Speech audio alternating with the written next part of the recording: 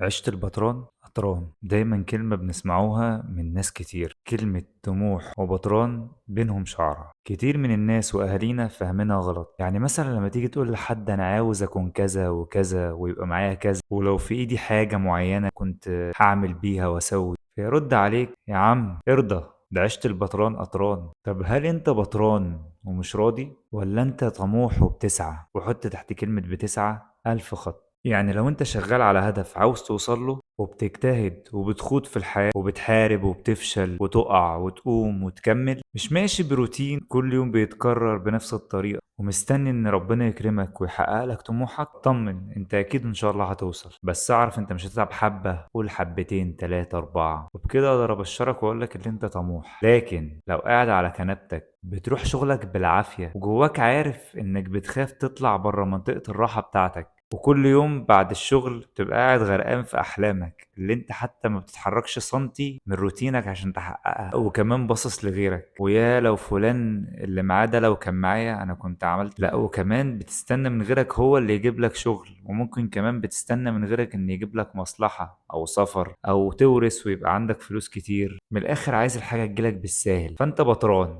وراجع نفسك. وطالما مش هتعمل حاجة زيادة عن روتينك وده العادي بتاعك، يبقى ارضى بقسمتك ونصيبك، هو ده ربنا اللي رزقني بيه وقاسم لي بيه. يا ترى بقى انت بطران ولا طموح؟ السلام عليكم.